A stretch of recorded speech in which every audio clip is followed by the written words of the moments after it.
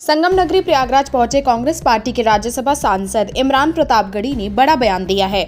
इमरान प्रतापगढ़ी ने आगामी लोकसभा 2024 के चुनाव में यूपी में एक नया समीकरण और गठबंधन की बात कही है।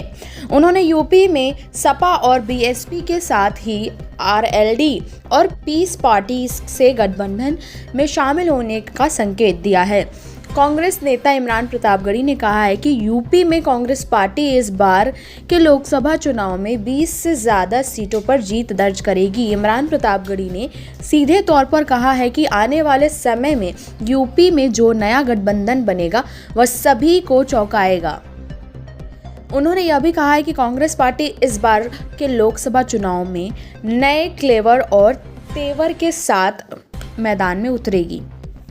कांग्रेस नेता इमरान प्रतापगढ़ी ने दावा किया है कि इस बार अमेठी में बीजेपी को मुंह की खानी पड़ेगी। भारतीय जनता पार्टी को हार का सामना करना पड़ेगा। कांग्रेस नेता इमरान प्रतापगढ़ी ने यह भी दावा किया है कि राहुल गांधी ही अमेठी से लोकसभा का चुनाव लड़ेंगे और उन्होंने चुनौती दी है कि आगामी लोकसभा चुनाव में भारतीय जनता पार्टी अमेठी में जीत दिखाएगी। इमरान प्रतापगढ़ी ने कहा है कि भारत जोड़ो यात्रा के बाद कांग्रेस पार्टी में नई जान आई है। आगामी दिनों में भारत जोड़ो यात्रा जैसी एक यात्रा यूपी के गाजीपुर से गाजियाबाद तक कांग्रेस पार्टी आयोजित करेगी, जिसमें भारतीय जनता पार्टी को केंद्र से हटाने के लिए कांग्रेस पार्टी यूपी की जनता से सीधे तौर पर रूबरू होगी।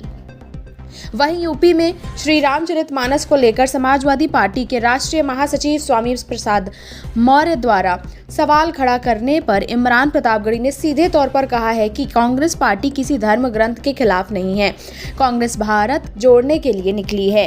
उन्होंने कहा है कि कांग्रेस पार्टी जाति और धर्म की राजनीति नहीं करती है। राहुल गांधी के नेतृत्व में कांग्रेस पार्टी सभी धर्म और संप्रदाय को साथ लेकर चलने में विश्वास रखती है। ऐसे बयानबाजी से कांग्रेस पार्टी का कोई वास्ता नहीं है। भारत जोड़ो यात्रा में सबको एक साथ लेके दिखाया है कि कांग्रेस पार्टी सबसे अलग राजनीति करना चाहती है। कांग्रेस नेता ने कहा है कि सभी को जोड़ने से ही देश आगे बढ़ सकता है। कि रामचरितमानस एक महाकाव्य है और उसको लेकर जिन्होंने विवाद छेड़ रखा है, सवाल उनसे पूछा जाए, इस बहस में किसी इमरान प्रतापगढ़ी का क्या काम है? इसका सवाल आप जिन्होंने ये बहस छेड़ रखी है उनसे पूछें। क्या लगता है इस तरीके के सवाल जो उठाए जा रहे हैं अभी इस समय? जो देखिए, जो पीड़ित हैं या जो कह रहे हैं कि हम पीड़ित हैं, जो कह रहे हैं कि हम शोषित हैं, ये सवाल उनसे पूछिए। हम तो ये कह रहे हैं कि देखिए, राहुल जी का एक सूत्रीय कार्यक्रम है, एक नारा है भारत जोड़ो। उसमें दलित हो, पिछड़ा हो, अल्पसंख्यक हो, शोषित हो, दबा हो, कुचला हो।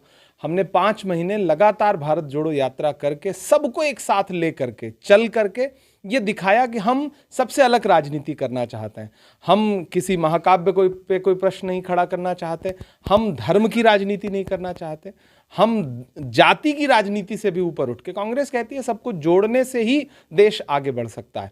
बाकी यहाँ जो लोकल राजनीति कर रहे हैं, ये सवाल उनसे पूछा जाए तो ज़्यादा बेहतर है। उत्तर प्रदेश में 80 लोकसभा की सीटें हैं और इस बार का चुनाव अहम होने जा रहा है, तो कांग्रेस पार्टी कहाँ पर है? बीजेपी 80 सीटों के जीतने का दावा कर रही है। देखिए, पिछले 4 साल में, इस वाले 4 साल में और जो पिछला 5 साल का कार्यकाल रहा है, केंद्र की सरकार ने एजेंसियों का जितना दुरुपयोग किया और विपक्ष को कुचलने के जितने प्रयास किए, उसमें भी अगर कोई एक दल मजबूती के साथ खड़ा होकर लड़ता रहा तो वो कांग्रेस पार्टी है। हमने हर मौके पर सरकार से मोर्चा लिया, सड़क से संसद तक गिरफ्तारियां दी, लड़ाइयां लड़ी। तो अब उत्तर प्रदेश में भी जनता को यह एहसास है कि बिना कांग्रेस के भारतीय जनता पार्टी को नहीं हराया जा सकता है।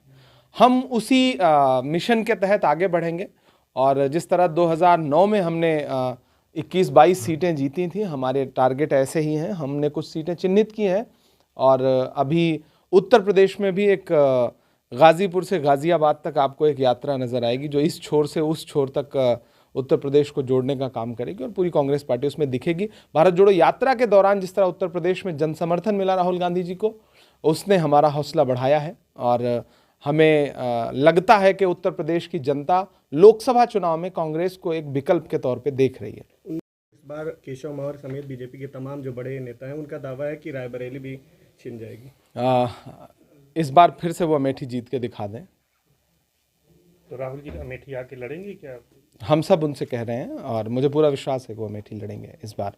अच्छा, जरूर कांग्रेस लड़ेंगे। की जो स्थिति यूपी में है, पिछले 3 दशक से वो सरकार में नहीं है, संगठन की स्थिति जो है उसको देखकर क्या दावे कर रहे हैं आप? देखिए, जाहिर सी बात है, हम पिछले 30-32 साल से सत्ता में नहीं है उत्तर प्रदेश में, तो संगठनात्मक तौर पे हमें पार्टी को खड़ा करना है। हमने काफ़ी एक्सरसाइज की भी है और अभी हम बहुत आशान्वित हैं, हमें हौसला मिला है भारत जोड़ो यात्रा में जिस तरह लोग उमड़ के आए और अलग अलग दलों के भी, क्षेत्रीय दलों के लोग भी भारत जोड़ो यात्रा में आए, उन्होंने स्वागत किया। लोक दल के लोगों ने स्टॉल लगा के स्वागत किया। भारतीय किसान यूनियन ने आकर के राहुल गांधी जी का स्वागत किया। समाजवादी के भी बहुत सारे कार्यकर्ता उस यात्रा में शामिल रहे। पीस पार्टी के लोग आए, उन्होंने खुद से आगे बढ़ के समर्थन दिया।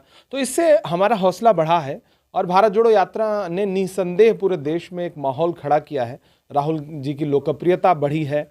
उनको लेकर के भारतीय जनता पार्टी ने जो एक परसेप्शन बनाया था, संघ ने जो एक परसेप्शन बनाया था, वो परसेप्शन टूटा है। आज राहुल गांधी की इमेज बिल्कुल बदल चुकी है और हमें उस बदली हुई इमेज का लाभ जो है 2024 में जरूर मिलेगा। यूपी सबसे बड़ा सूबा है और यहाँ पर जो दो बड़े क्षेत्रीय दल हैं, दोनों ने भारत जोड़ो यात्रा से दूरी बनाई, चाहे वो समाजवादी पार्टी हो चाहे बसपा हो। क्या गठबंधन की कोई उम्मीद बची है? देखिए, दूरी क्या, उन्होंने शुभकामना संदेश भेजा, चिट्ठी लिखी। शुभकामना संदेश का मतलब ही यही था कि कार्यकर्ताओं को उन्होंने एक तरह से फ्री हैंड दिया कि जाइए, आप शामिल होइए।